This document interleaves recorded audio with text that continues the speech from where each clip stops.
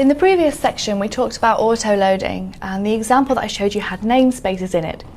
This was a feature that was introduced in PHP 5.3. Again, this is a really good reason for incrementing your basic version number, and it's one of the reasons that the framework providers will keep asking you to upgrade your PHP hosting platform. Namespaces are a fabulous, fabulous feature. They allow us to avoid having really long class names. I don't know if any of you used Zen Framework 1. It's certainly not the only offender, but it's the one I remember the most for having class names that almost wrap themselves with nothing else on the line. That's because in a large and complex system, you have to be quite specific about what this is a class of, and namespaces meant we don't have to have all of that as part of the class name. It also means that when you create your own class, for example, you just saw my class, if I use another library which has a class called my class, I can use both because they're each in their own namespace. Every framework and library pretty much has a log class, a user class. You get the picture. In PHP we can't redeclare a class, but the namespaces allow us to keep those very separate. So different namespaces for each of the libraries that you're using in your application, and also another namespace or namespaces for the code that belongs to your application. You might even have separate namespaces for common code and code specific to the version that you're working on. This allows us to be much, much more organized, and I've linked there to a nice example elsewhere on some simple examples. So if you haven't used namespaces before, that'd be worth a read. To do this, you're going to put namespace keyword as the first thing in your file. So you open your PHP tag, put the namespace, give the namespace a name. PHP's namespace separator is the \. You can have nested namespaces, so you can declare that your namespace is, library name, database, tables, and then a specific name. Everything that follows the namespace declaration until the end of the file will be in the namespace that you declared. It's one of the few times where it does matter which code went in which file in PHP. The namespace declaration at the top starts that, and it finishes when PHP sees the end of the file. The namespace will apply to classes in this file, any functions in this file, so you can namespace functions, and also any constants that are in this file. Here's my example. I have a namespace myapp, and I've declared a function inside that namespace. Now imagine an end of file here.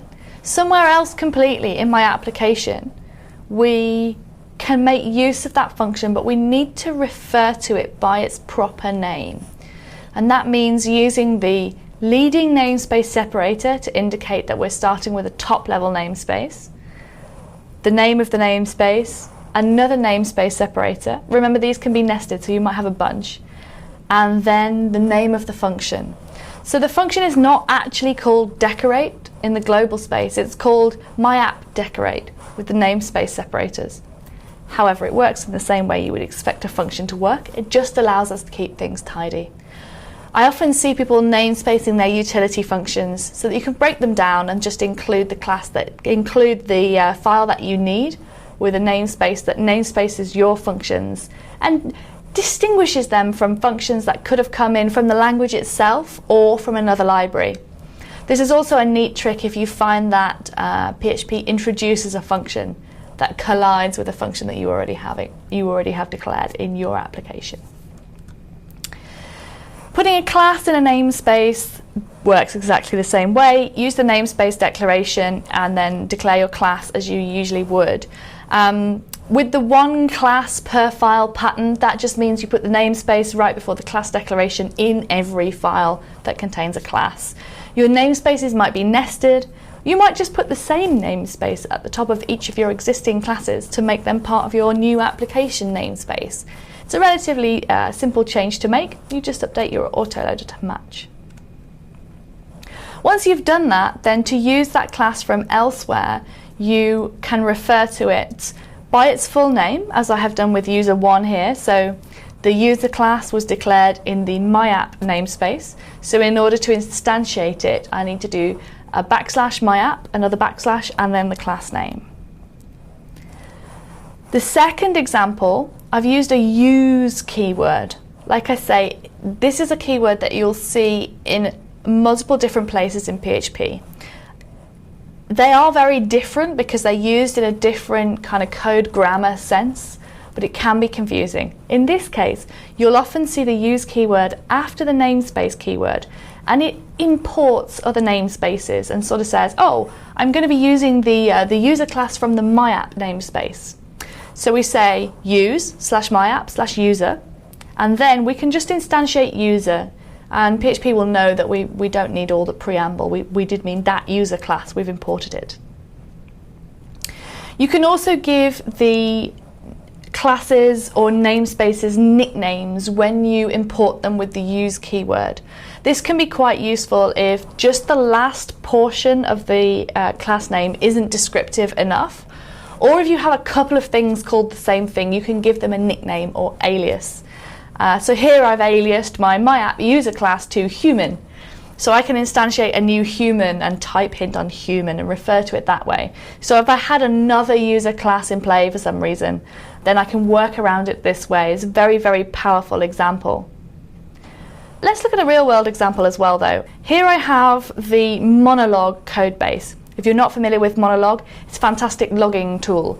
It knows how to log to lots of different outputs to do different things on different levels of error. Very, very smart piece of software. So here I'm in the source directory for Monolog. Let's have a look at that main logger file there. So you can see we've got a bunch of PHP documenter comments here, and line 12 has the namespace declaration. So the class logger that is declared in this file is in the namespace Monolog. So all of Monolog's classes are in the Monolog namespace. We also have some examples of those use statements. So for example, we're using this particular handler interface and so on. Line 16 imports the PSR logger interface. So that's from PSR. I'm going to talk about the standards shortly, but from PSR, this is the standard logger interface. It's declared in the PSR spec, and it's available as a package via Composer. Monolog relies on it because it implements this interface. When we actually declare this class on line 27, we don't need to say class logger implements /PSR/log/logger interface, although we could say that. But because we've already imported it with the use command, we can just use its short name because we've made it clear which logger interface is already used. Again, providing you're using a framework which is 5.3 or later, I think most of them are now, you'll be able to have a look at what's going on inside your framework, how it's architected and organized its files, how it's using its namespaces, and also how it's written its autoload. This might inform how you choose to fit this in your own applications.